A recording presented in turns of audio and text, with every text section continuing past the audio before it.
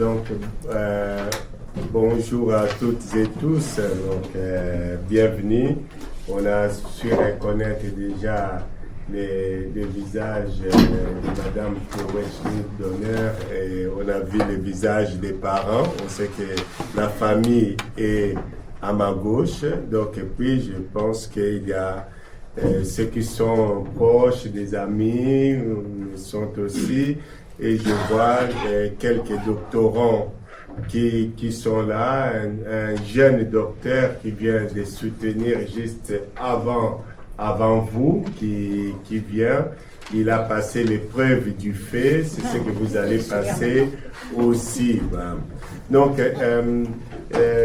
nous allons, cette soutenance donc, des thèses en vue de l'obtention du doctorat en sciences de l'éducation qui est intitulé Développement intégral de la personne, communauté éducative, bien commun. Donc, Madame Chloé Schmidt-Donner va nous présenter sa thèse intitulée Impact de la logothérapie sur le développement des compétences et la qualité de vie des personnes présentant un trouble de neurodéveloppement. Cette thèse a été sous la direction du professeur Bernard Egonier de l'Institut catholique de Paris. Donc, les membres du jury sont donc, bien sûr, son directeur. Et il y aura comme rapporteur donc, la professeure Valérie Mélin donc, de l'Université de Lille. Il y aura l'autre rapporteur qui ne sera pas dans les jurys, donc qui s'excuse vraiment par rapport à des problèmes de santé. Des problèmes de santé, elle a tenu à le dire, puisque je pouvais même faire à distance, mais donc ce sont un peu un souci de santé qui fait qu'elle ne se sent pas en mesure d'être là. Mais Pascal Boucaud, j'aurai à lire son rapport, en fait, des extraits de son rapport, à vous poser des questions pour permettre de lui répondre, puisque cette thèse est appelée tout de même à être relue au niveau des instances supérieures de l'université. Donc, elle a posé ses questions, elle a fait ses remarques. Donc, j'aurai cette tâche donc d'amener, de rapporter ce que la rapporteur avait fait comme remarque. Donc, il y aura comme examinateur donc, la professeure Patricia Rached, donc doyenne, professeure à Saint-Joseph de Beyrouth. Donc, on va voyager, on va aller jusqu'à Beyrouth. Et puis après, on va revenir ici avec la professeure Séverine Parer, qui est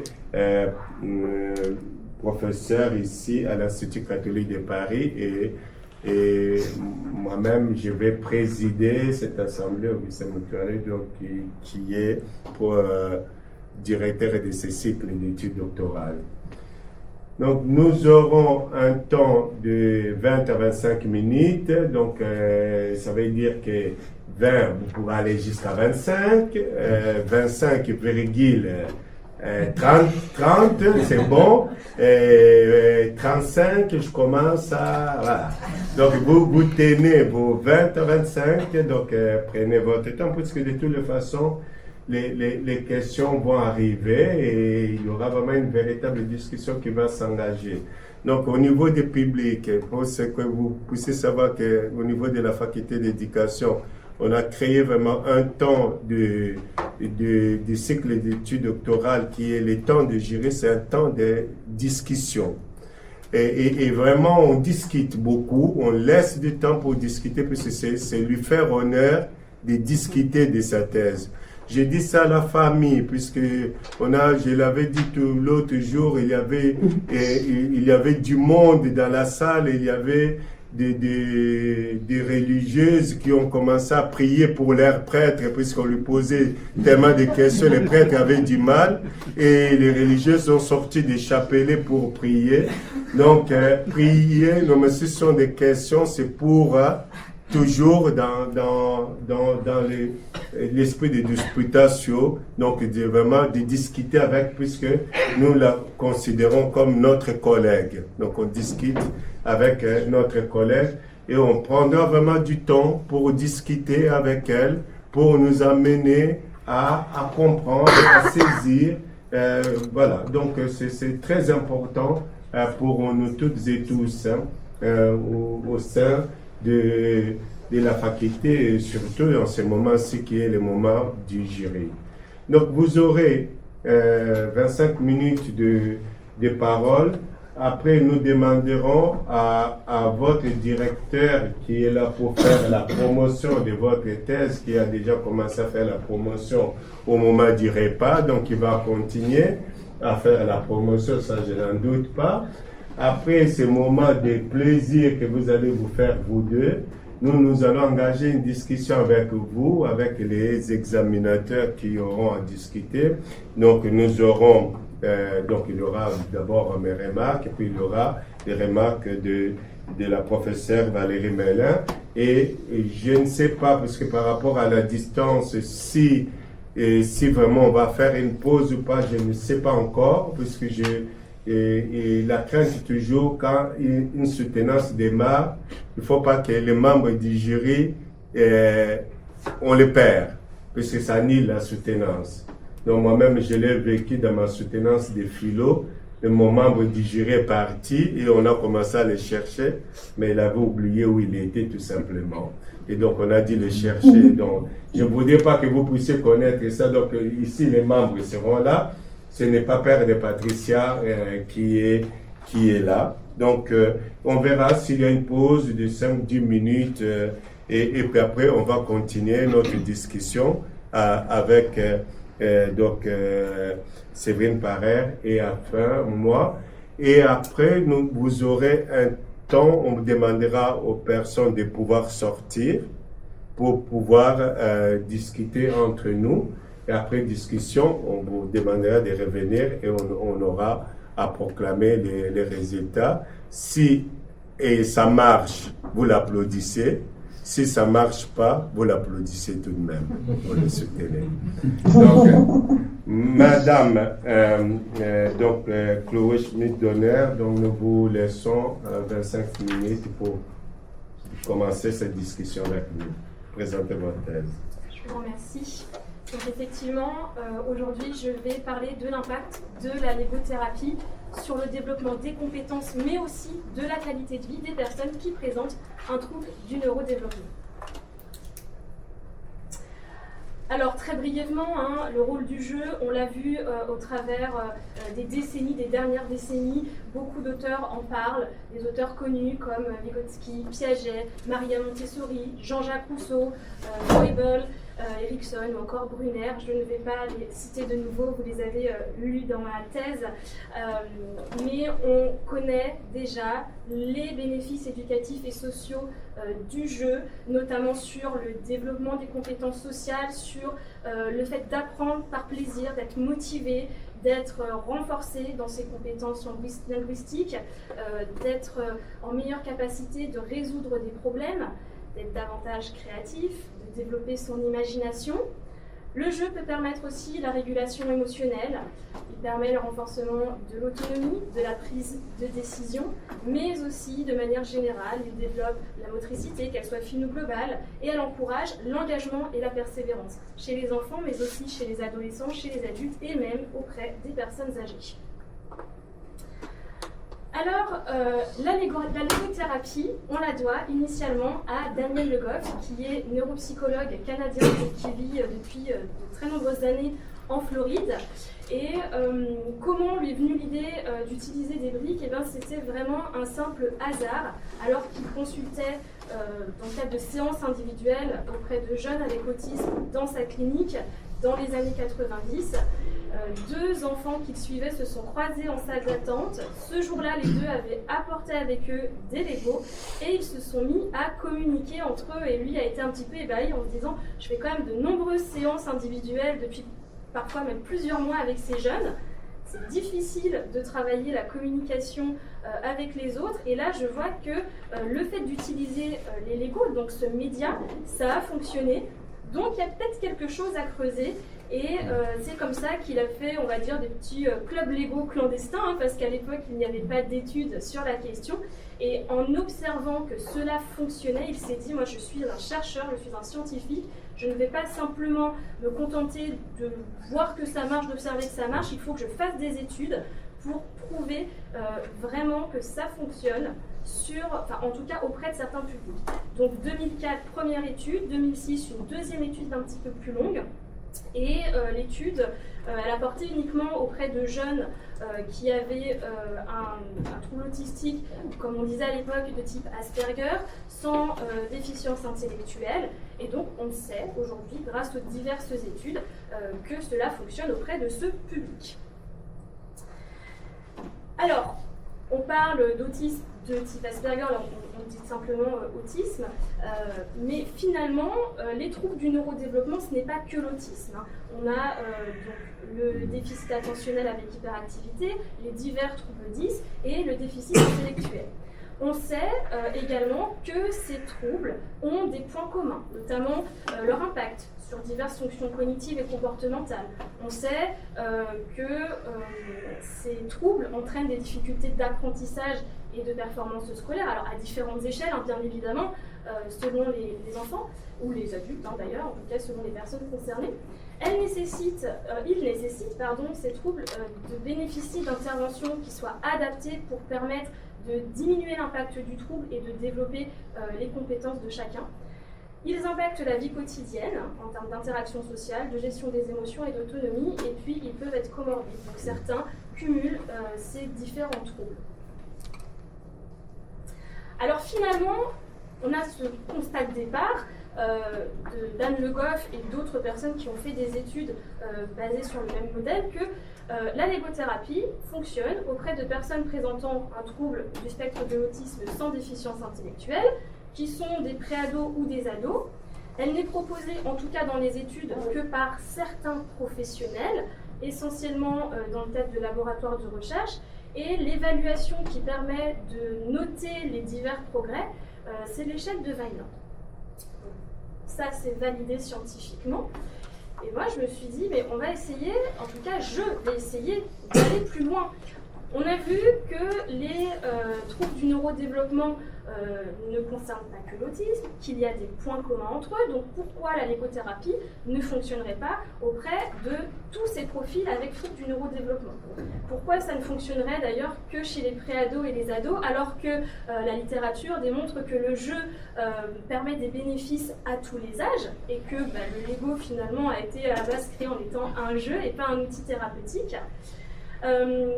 On voit que ça fonctionne, c'est très bien, mais on n'a pas seulement les professionnels qui sont investis auprès de ce public, on a aussi les familles qu'on oublie souvent et qui, elles aussi, pourraient, en tout cas c'était l'hypothèse, proposer ce type d'accompagnement, ce type de thérapie à leurs proches.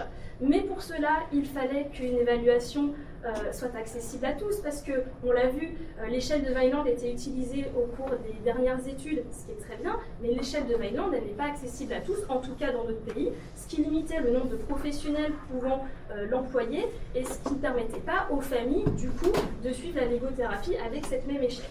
Et enfin, je souhaitais aller plus loin en évaluant la qualité de vie. Parce que monter en compétences, c'est très bien et c'est ce qu'on recherche essentiellement, ne serait-ce qu'à l'école. Il faut avoir les meilleures notes, les meilleures moyennes pour savoir si on passe en classe supérieure, si on valide un diplôme. Mais avoir des très bonnes compétences, est-ce que cela signifie qu'on se sent bien dans sa vie? Est-ce qu'on a besoin d'être très compétent, d'avoir beaucoup de diplômes pour se sentir heureux? Peut-être pas, c'est un questionnement, mais en tout cas, je voulais voir si ça pouvait aussi impacter la qualité de vie de ce public. Alors, en termes de méthodologie, je me suis dit, moi-même étant professionnelle de terrain, je vais pouvoir, entre guillemets, sans problème, trouver des sujets dans le cadre de cette recherche. Mais l'objectif, c'était vraiment d'aller peut-être sur une échelle plus ambitieuse, avec, qui prenait en compte plus de personnes. Donc il a fallu déjà m'informer et me former, parce qu'il y avait mes connaissances de base, ce que j'avais expérimenté, mais voilà, savoir Est-ce qu'il existait déjà des modules de formation? Qu'est-ce que disait la littérature? Donc j'ai vraiment passé beaucoup de temps à faire ça. Et puis ensuite, j'ai créé un module de formation. Un module de formation qui était complet parce que l'idée, c'était finalement de former des professionnels et des familles de tous horizons, volontaires, du coup, pour en apprendre plus sur la thérapie Lego, pour pouvoir ensuite la pratiquer auprès de leurs usagers, auprès de membres de leur famille. Et après cela, j'ai pu récolter des données et enfin les analyser. Donc ça a été vraiment un cheminement, ça ne s'est pas fait, on va dire, rapidement, parce qu'il y a eu beaucoup de réflexions, de mise en place, de mise en œuvre, et surtout, et j'insiste dessus, le soutien de nombreux professionnels, de nombreuses familles, parce que toute seule, je n'aurais pas pu récolter autant de données ou faire autant de choses. Donc c'est vraiment un travail, j'ai envie de dire, collaboratif, et j'ai pu compter sur de nombreuses personnes. Alors, finalement, entre le 14 février 2022, lancement de la première formation en légothérapie, et le 9 juin 2024, 317 personnes ont été formées et 81 ont recueilli des données. J'ai pu utiliser les données de 76 personnes pour l'étude. Certains documents étaient partiellement remplis, pas remplis de la bonne manière, donc voilà, j'ai préféré les écarter de cette étude pour rester dans une bonne fiabilité. Cela a concerné 72 sujets âgés de 5 à 88 ans qui ont bénéficié de séances en groupe, mais également en individuel. C'est un petit peu la nouveauté par rapport à ce que proposait Dan Le Goff. Et donc, au-delà des sujets avec troubles du neurodéveloppement, j'ai eu l'opportunité de pouvoir connaître l'évolution auprès de personnes avec schizophrénie, démence sénile, trisomie 21 et épilepsie. Donc on élargit un petit peu ce champ du trouble du neurodéveloppement. Alors, en pratique, comment ça se passe? Je vais vous transmettre quand même des petits documents que vous aurez sous les yeux, ça sera plus simple pour vous. Merci.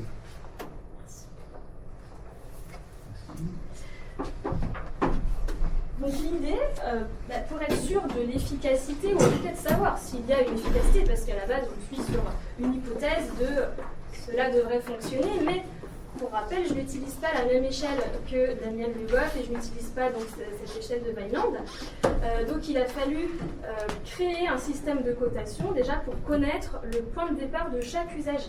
Est-ce que la compétence, elle est présente? Est-ce qu'elle ne l'est pas? Et puis mettre un petit peu des variations, parce que simplement dire oui ou non, ça reste assez mince pour savoir exactement quoi travailler comme compétence, comment, à quel degré, à quelle échelle.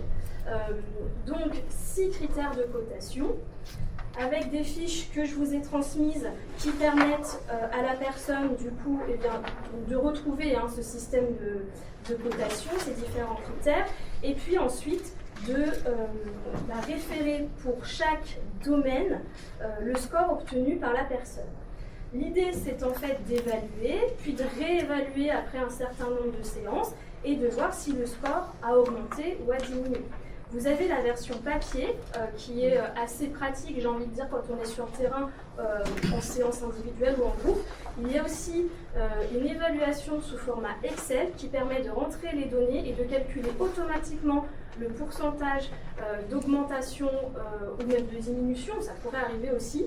En tout cas, on voit vraiment cette variation de score sur la première évaluation et une réévaluation, ce qui permet de manière globale sur chaque domaine de savoir le pourcentage d'augmentation de compétences après séance et ligne par ligne, on peut voir, peu importe le tableau, admettons sur les prérequis, compétences cibles, s'assied sur une chaise, eh bien on peut savoir si ne serait-ce que sur cette compétence, il a un meilleur score ou un moins bon score, et on peut aussi travailler ses compétences individuellement au travers de la légothérapie, mais pas que, parce que pas que la légothérapie, on a aussi des enfants qui sont suivis par, ou des adultes suivis par d'autres professionnels ou qui font d'autres choses à la maison, mais ça peut permettre en tout cas d'avoir un état des lieux et de se dire, ça, hop, on va travailler davantage peut-être en classe ou peut-être davantage à la maison, et on a cette information. Et c'est une preuve, du coup c'est important d'avoir cette preuve de comment ça se passe. Alors en pratique, une petite vidéo. Alors par contre, je vais mettre le son sur mon ordinateur pour que vous vous rendiez compte. C'est une vidéo qui est assez rapide, mais je voulais vous montrer comment se passait un groupe. Alors, pour le contexte, ce sont 4 enfants, des collégiens, qui ont un TDAH et un TSA associés, qui ont fait déjà plusieurs séances de groupe.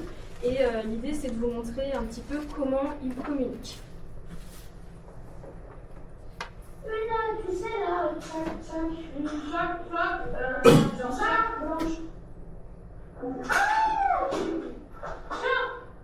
Non, blanche ou bleu en moitié. Alors, peut-être pas beaucoup. Bleu en moitié du truc. Bleu en moitié du truc. Oh là là, Pardon, je voulais juste mettre pause, je vais revenir en arrière. Vous entendez à un moment donné, donc schlac, schlac, schlac, la pièce blanche, on peut mettre le truc. Donc là, on se rend compte que ce sont des jeunes qui sont en scolarité ordinaire, sans accompagnement spécifique en classe, qui n'ont jamais redoublé de classe, qui sont au collège, et on se rend compte qu'ils comprennent tout, mais en termes expressifs, là, il y a bien un déficit. Et c'est souvent, pour donner un exemple, ce que me disent parfois les parents, non, mais c'est bon, il comprend tout, il n'y a pas de souci. Et oui, mais est-ce qu'il sait s'exprimer? Ou à l'inverse, on en a qui parlent beaucoup, qui ont un très bon vocabulaire, mais qui ne comprennent pas tout. Et on voit avec les différents items de la grille qu'on va pouvoir évaluer cela et travailler spécifiquement sur certains items pour les faire progresser. Alors, je ne vais pas vous montrer la fin de la vidéo qui est un petit peu longue, on va avancer, mais ça vous donne une petite idée. Alors, en termes d'analyse de données, finalement, on l'a vu, donc une évaluation avant, une évaluation après, au bout d'un certain nombre de séances, et on va le voir. Alors, différentes cotations, bien sûr, en fonction de si les personnes étaient en individuel ou en groupe. Dans l'ensemble, vous voyez quand même beaucoup de verts. Il y a eu une nette amélioration dans chaque domaine, donc les domaines de préconstruction, construction, langage et vocabulaire et compétences sociales. Certaines personnes n'ont pas montré d'amélioration, mais pas non plus de déclin. Voilà, c'est un score qui est neutre. Et quelques personnes ont montré un déclin. C'est assez peu significatif par rapport à l'amélioration au cours des séances. Alors ensuite, je ne vous cache pas que c'était un travail de très longue haleine, de savoir, alors pour le coup ici, au cours des séances individuelles, quel profil de personne, en fonction de sa pathologie ou de son trouble, avait le plus progressé dans les différents domaines. Donc, tac, je me mets ici.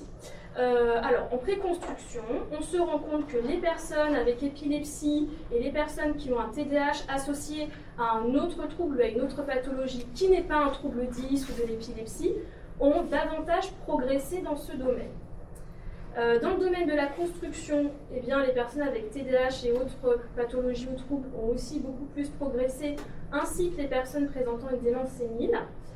Sur le domaine langage et vocabulaire, ce sont les personnes avec épilepsie qui ont le plus progressé et les personnes avec TDAH et déficience intellectuelle associée. Et puis sur les compétences sociales, les personnes avec démence et les personnes avec TDAH et troubles 10 sont celles qui ont le plus progressé. Ce qu'on retient globalement au-delà de quel public a le plus progressé, c'est que tout le monde a progressé en individuel. Mais on voit que c'est également le cas du coup en collectif. Alors on n'avait pas les mêmes troubles réellement représentés. Alors on avait des troubles en commun bien sûr, mais s'ajoutait aussi des personnes avec schizophrénie et trisomie 21. Et du coup, on voit aussi que tout le monde a progressé, on n'a pas de score en dessous de la moyenne, ce qui est très très positif. En préconstruction, ce sont les personnes avec TDAH et autres troubles qui ont aussi le plus progressé. En construction également, langage et vocabulaire aussi, et sur les compétences sociales, ce sont les autres profils. Donc on voit quand même, malgré tout, que les personnes avec TDAH qui n'avaient pas bénéficié d'études en égothérapie, alors hormis une qui a pris en compte 3 sujets et qui n'a pas vraiment valider quoi que ce soit. C'est une réplication dans le cadre d'une thèse il y a quelques années, mais on voit bien que la légothérapie est tout à fait valable, j'ai envie de dire, au-delà du TSA pour tous les publics et qu'elle est visiblement davantage profitable aux personnes ayant un TDAH. Une nouvelle donnée que vous n'aviez pas vue, c'est... pardon. Ah, c'est les progrès en fonction du nombre de séances. Alors là, on est sur tout handicap confondu, mais en fait, on voit... Alors, certains ont fait 3 à 5 séances, d'autres en ont fait 6 à 10. Donc voilà, j'ai différencié bien sûr 3 à 5 séances individuelles et groupes, et 6 à 10 séances pour la réévaluation en individuel et en groupe aussi. Eh bien, on voit effectivement, alors en individuel, on va avoir davantage de progrès après 6 séances, mais à partir de 3 séances, on observe quand même des progrès. C'est aussi le cas en groupe où on voit bien cette différence. À partir de 6 séances, on a davantage de progrès, davantage de progrès que lorsqu'il n'y a que 3 à 5 séances, même si les progrès sont là. Et ça, c'est une donnée qui, je trouve, très intéressante. C'est que, en tout cas, c'est peut-être la professionnelle de terrain qui parle, mais on a des prises en charge qui sont souvent coûteuses, pas forcément prises en charge pour les familles. Les familles, quand elles viennent dans mon cabinet, me disent mais vous allez le voir combien de temps? Est-ce qu'il va falloir dépenser beaucoup d'argent? Il y a des fois des aides, bien sûr, mais c'est quand même quelque chose qui est coûteux. Et quand on voit ce score et qu'on voit qu'à partir de 3 séances, on peut faire des progrès, ça ne veut pas dire qu'il suffit de 3 séances pour que tout soit réglé, mais qu'en tous les cas, on ne va pas forcément faire 2 ans de thérapie pour commencer à avoir des résultats. Et je pense que ça, c'est très encourageant pour les familles et pour les bénéficiaires. L'impact sur la qualité de vie. Alors bien sûr, c'est la qualité de vie ressentie, comment moi je me sens et comment mon entourage se sent. Alors pour les séances individuelles, voilà, on voit une nette amélioration ressentie par les participants. Certains estiment qu'il n'y a eu aucun changement et quelques-uns uniquement ont trouvé qu'il y avait un déclin, qu'elles se sentaient moins bien après les séances. Pour les parents des participants, la majorité aussi estime qu'il y a eu, en tout cas, eux se sentent mieux après que leur enfant ou leur frère ou sœur ait bénéficié des séances. Certains n'ont observé en quart, environ, aucun changement, et quelques-uns, quand même, un peu plus que les participants, observent un déclin. Sur les séances collectives, eh bien, la qualité de vie ressentie, elle est nettement supérieure, en tout cas l'amélioration est nettement supérieure que sur les séances individuelles, sur le ressenti des participants, mais aussi des parents des participants. On voit tout de même effectivement quelques-uns qui n'observent aucun changement et quelques-uns qui observent un léger déclin, mais on reste quand même sur une majorité ayant ressenti une amélioration. Alors, en termes d'intérêt, on l'a vu, l'augmentation des compétences, mais aussi une meilleure qualité de vie. Et je rajouterais qu'on répond aux recommandations de bonne pratique professionnelle de la Haute Autorité de Santé en développant la légothérapie, que ça répond également au programme de l'Éducation nationale et que cela permet de développer les compétences psychosociales. Alors je passe rapidement parce que je vois qu'il me reste très peu de temps pour échanger avec vous, mais d'après les recommandations de bonne pratique, on voit bien qu'il est proposé pour les personnes qui ont un trouble du neurodéveloppement des séances individuelles ou en petits groupes, donc c'est le cas de la légothérapie, qui vont permettre d'expérimenter différentes situations telles que le partage, le tour de rôle, l'attention à l'autre, la reconnaissance et la prise en compte des émotions, des pensées, des intentions de l'autre. Et puis, les enjeux pour les adultes également, ça va être les habiletés sociales, l'autonomie et la socialisation, et l'apprentissage de la demande d'information et d'aide. Et c'est tout à fait ce qu'on va développer avec la légothérapie. Sur tout ce qui est programme de l'éducation nationale, sur les 4 cycles, eh bien c'est pareil, gestion des émotions, développement de l'empathie, coopération, prise de parole, interaction. Donc on est vraiment en plein dedans avec la légothérapie. Alors, qu'est-ce que je pourrais dire sur les forces de cette recherche? On voit que les premiers résultats sont prometteurs sur une population diversifiée et que cela répond aux recommandations et aux programmes. Mais il est vrai que j'aurais souhaité avoir un échantillon encore plus grand, sur une durée d'intervention peut-être plus longue pour voir à long terme en fait vraiment les effets sur la durée. Et puis en termes d'échelle également, voilà, on en discutera, mais je pense que l'échelle n'est pas adaptée à tous et qu'elle mériterait d'être retravaillée. Donc voilà, c'est ce que je notais d'ailleurs. Ce qui serait pertinent, ça serait peut-être d'autres études longitudinales et puis l'adaptation des outils. Alors, le fait de travailler sur cette recherche m'a donné d'autres perspectives, notamment avec la création du modèle Let's Go. Let's Go, c'est 5 programmes qui vont permettre de développer des compétences cibles en utilisant des Lego. Donc c'est tout à fait, on va dire, différent de la Lego-thérapie, mais ça s'en inspire.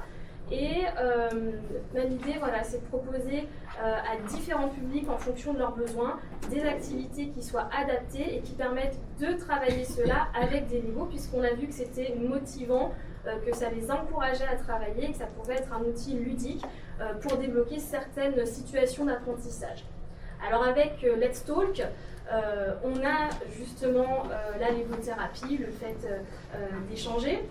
Let's Learn, c'est un programme avec Lego Academic Skills qui va permettre de travailler l'intégralité du programme scolaire de la petite section jusqu'au CM2 en utilisant uniquement des Lego, y compris pour la musique, y compris pour le sport, y compris pour l'histoire géo, vraiment pour l'intégralité des matières scolaires. Let's Play, c'est un programme qui s'adresse davantage aux moins de 5 ans ou aux plus grands qui ont un retard développemental. L'idée, c'est de développer vraiment les compétences de base, alors essentiellement avec des duplos qui vont être beaucoup plus maniables, et développer les fonctions exécutives avant l'entrée à l'école ou alors qu'ils sont rentrés mais qu'ils présentent un retard pour les aider à développer ces capacités. Avec STEAMLab, on est plus sur un programme qui va s'adresser essentiellement aux collégiens, cycle 3 éventuellement, où là on va apprendre à raisonner, à planifier, à développer des stratégies en faisant essentiellement, mais pas que, du codage avec les Lego et comprendre en quoi le code est omniprésent dans notre quotidien et en quoi c'est important de pouvoir raisonner par soi-même pour résoudre des problèmes, des situations dans le quotidien. Et d'autant plus maintenant avec la nouvelle technologie où beaucoup d'ailleurs ne connaissent plus les itinéraires, mais se disent c'est pas grave, je vais compter sur mon téléphone pour y arriver. Et on a moins voilà, ce réflexe de raisonner par soi-même parce qu'on utilise des outils qui sont présents pour apparemment nous faciliter le quotidien. Mais voilà, c'est très important de le faire parce qu'un élève seul face à sa copie, il ne pourra plus utiliser son téléphone ou quoi que ce soit, donc c'est important qu'il puisse le faire par lui-même. Et puis Let's Build, c'est le nouveau programme qui permet de travailler sur l'orientation ou la réorientation en s'inspirant de la méthodologie Lego Serious Play avec du coup uniquement des documents qui sont ouverts en open source depuis 2010 pour ne pas plagier quoi que ce soit. Et l'idée c'est de réfléchir à ses aspirations et voir sur quoi on veut se projeter pour l'avenir. D'autres perspectives, alors des nouveaux modules de formation, notamment avec des modules spécifiques sur les mathématiques, parce que c'est souvent la matière qui est exprimée comme étant la plus difficile, et avec des Lego on peut travailler beaucoup de choses en mathématiques. Hop. Et puis de nombreux projets. Alors toujours avec Kidirica, dont les responsables sont d'ailleurs dans la salle, avec qui on a lancé d'ailleurs la première formation il y a 3 ans. Donc je poursuis l'aventure avec eux et ils méritent d'être reconnus puisqu'ils développent des formations et des outils pour l'inclusion, pour les personnes qui présentent divers troubles, pour leurs familles, pour les aider au quotidien.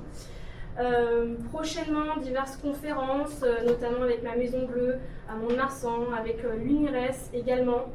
Je viens d'intégrer le syndicat professionnel des Serious Game Designers pour promouvoir davantage l'utilisation du jeu et des Lego à travers notre pays.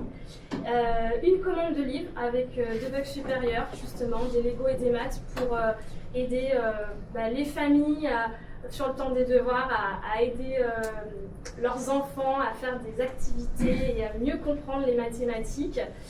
Et puis j'ai pu participer cette année à l'ECGBL, la conférence sur les jeux qui se tenait au Danemark. J'étais parmi les 16 finalistes pour la présentation de mon modèle Let's Go et j'aimerais peut-être cette année retourner pour le coup en Norvège, développer davantage ce modèle et leur présenter. En tout cas, toujours travailler auprès du public et toujours animer des formations et des conférences. Alors, j'arrive à la fin, promis Augustin, une dernière petite vidéo parce que ceux qui en parlent le mieux sont ceux qui se sont formés.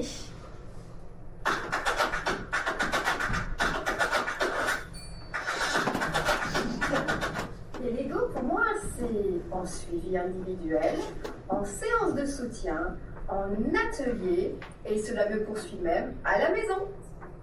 Les formations Lego, c'est bon pour toute ma famille. Ma fille de 5 ans, mon fils de 11 ans, et même ma mère dans un certain nombre d'années. La légothérapie, c'est génial parce que ça permet d'apprendre et de développer des compétences en s'amusant. J'en ai aussi beaucoup appris sur les fonctions exécutives.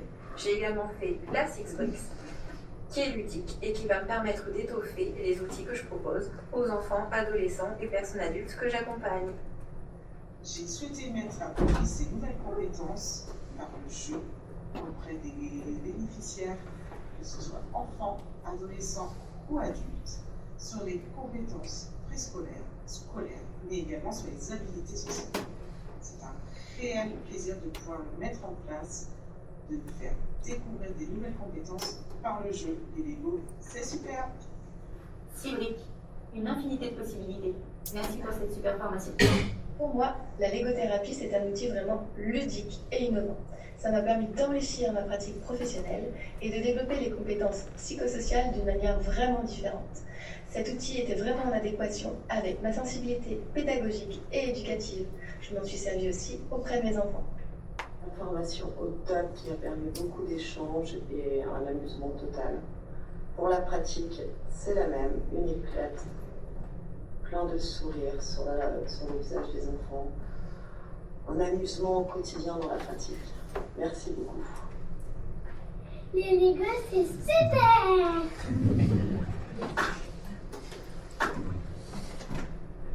Et je m'arrêterai ici en tout cas pour ma présentation et bien sûr, je vous laisse me poser vos questions. Merci beaucoup.